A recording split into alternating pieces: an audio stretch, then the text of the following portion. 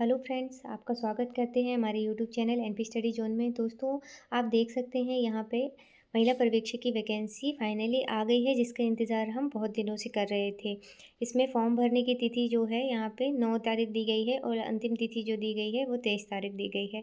28 तारीख को फॉर्म यहाँ पे पेपर शुरू हो जाएंगे। 28 तारीख से यहाँ पे आप देख सकते हैं, ये सारी चीज़ें हम आपको टेलीग्राम चैनल पे अपना PDF दे देंगे। यहाँ से आप देख सकते हैं।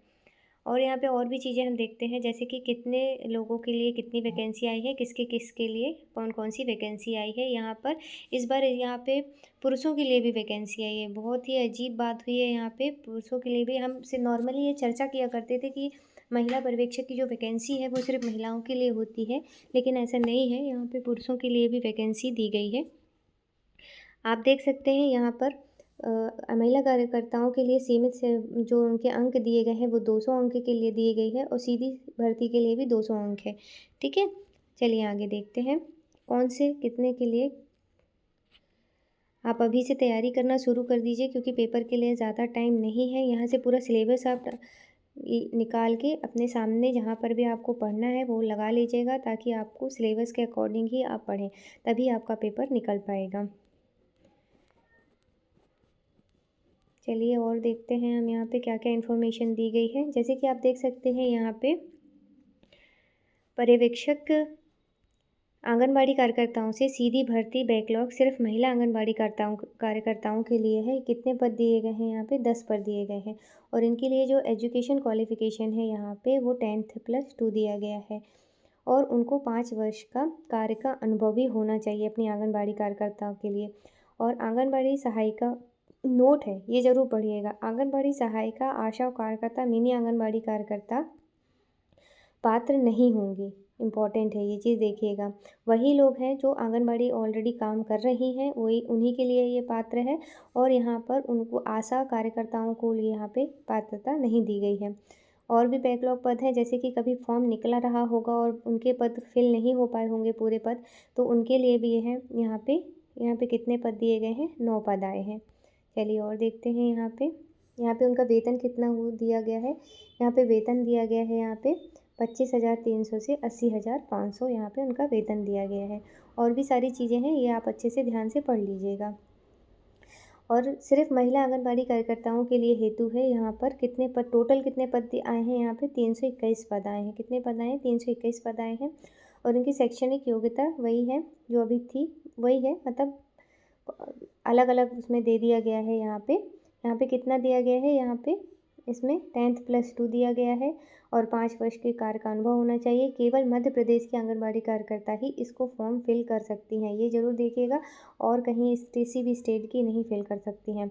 आंगनबाड़ी सहायिका, आशा कार्यकर्ता, मिनी आंगनबाड़ी कार्यकर्ता मात्र पात्र नहीं होंगे। ठीक है, ये ध्यान दीजिएगा।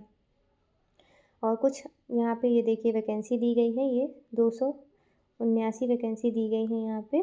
ठीक है, और भी चीज़ें देखते हैं। ठीक है, सिर्फ महिलाएं होती जो जो सारे लोग फॉर्म भर सकते हैं, वो कितने पद यहाँ पे दिए गए हैं? 288 पद दिए गए हैं, जो सभी के लिए हैं। जो नॉर्मली हैं, जो कुछ नहीं कर रहे हैं, उनके लिए ये पद दिए गए हैं। जो कार्यकर्ता नहीं हैं, उनके लिए दिए गए। सारी महिलाएं ये फॉर्म फिल कर सकती हैं। उसके लिए कितने पद दिए गए? 288 पद। उसका वेतन कितना होगा? 25,300 से 80,500 है। उनके लिए न्यूनतम शैक्षणिक योग्यता क्या है? मान्यता प्राप्त विश्वविद्यालय से स्नातक होना जरूरी है। ठीक है, चलिए और भी चीज़ें हम देखते हैं यहाँ पे। हाँ, ये देखिए, ये इम्पोर्टेंट है। यहाँ पे मात्र पुरुषों हेतु, मात्र क्या है? मात्र पुरुषों हेतु। बहुत ही अजीब चीज़ यहाँ पे देखने को मिल रही है। यहाँ पे क्या दी हुई है? यहाँ पे इनके 32 पद दिए गए हैं। जो भी आपके अगर कांटेक्ट में कोई दोस्त हैं, फ्रेंड हैं, उनको भी फॉर्म अगर फिल करना है तो ये फॉर्म फिल कर सकते हैं। उनके लिए वेतन कितना दिया गया है? 25,300 से 80,500। इसमें एक और बहुत अच्छी चीज़ दी गई है, नोट। नोट जरूर पढ़िएगा। उनके लिए भी स्नातक की उपाधि होना जरूरी है। नोट जरूर पढ़िएगा। जैसे कि यहाँ पे लिखा हुआ है, पुरुष पर्यवेक्षक केवल पहाड़ी, दुर्गम एवं वनाक्षित क्षेत्रों में नियुक्त किए जाएंगे। ठीक है, नॉर्मल स्थानों पे इनको नियुक्त नहीं किया जाएगा।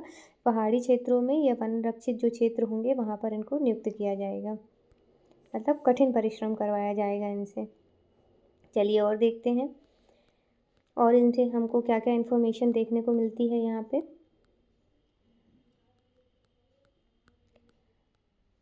पेपर बहुत ज़्यादा कठिन भी नहीं आता है इसका और ज़्यादा इजी भी नहीं आता है, नॉर्मल आता है, लेकिन आपको तैयारी बहुत अच्छी करनी पड़ेगी, इसलिए आपको तैयारी अभी से शुरू कर देनी चाहिए।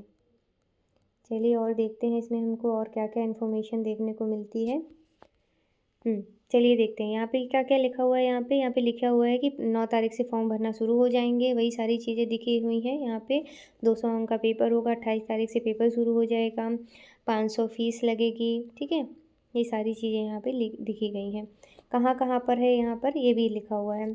बालाघाट कहाँ-कहाँ पर वैकेंसी आई हैं, ये सभी आप देख सकते हैं, कहाँ-कहाँ से आपको फ़िल करनी है, इंदौर, रीवा, जबलपुर, नीमच, सीधी, ये सारी चीज़ें आप देख सकते हैं यहाँ से। हाँ, इम्पोर्टेंट ये है कि यहाँ पे सिलेबस क्या है, मेन चीज़ें हैं सिलेबस। सिलेबस क्या-क्या देखना है अपन को? सबसे पहले देखना है पोषण एवं स्वास्थ्य, इससे कितने अंक का आता है? 55 नंबर का आता है। कितने अंक का आता है? 55। क्या-क्या आता है? पोषण, जीवन की विभिन्न अवस्थाओं में पोषण, गर्भवती की देखभाल, टीकाकरण, स्वास्थ्य के विभिन्न राष्ट्रीय कार्यक्रम कुपोषण, ये सारी चीज़ें इसमें भी अंक डिवाइड कर दिए गए हैं। इसकी ये जो टॉपिक है पोषण, ये देख सकते हैं आप यहाँ पे पोषण एवं स्वास्थ्य जो है, इसके अंदर भी टॉपिक है, इसके टॉपिक से भी ये अंक डिवाइड किए गए हैं, उसमें से भी 55 नंबर आएँगे, ठीक है?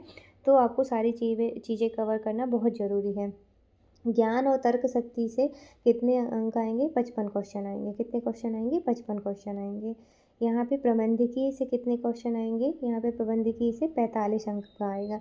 ये सारी चीज़ें आएँगी, आप देख ज़रूर लीजिएगा सारी चीज़ें। आपको अगर पीडीएफ ना मिले तो हमारे टेलीग्राम चैनल आप ज्वाइन कर लीजिएगा, वहाँ हम अपना डाल देंगे, आप देख लीजिएगा, ठीक है? चलिए यहाँ पे सारी चीज़ें आप देख सकते हैं।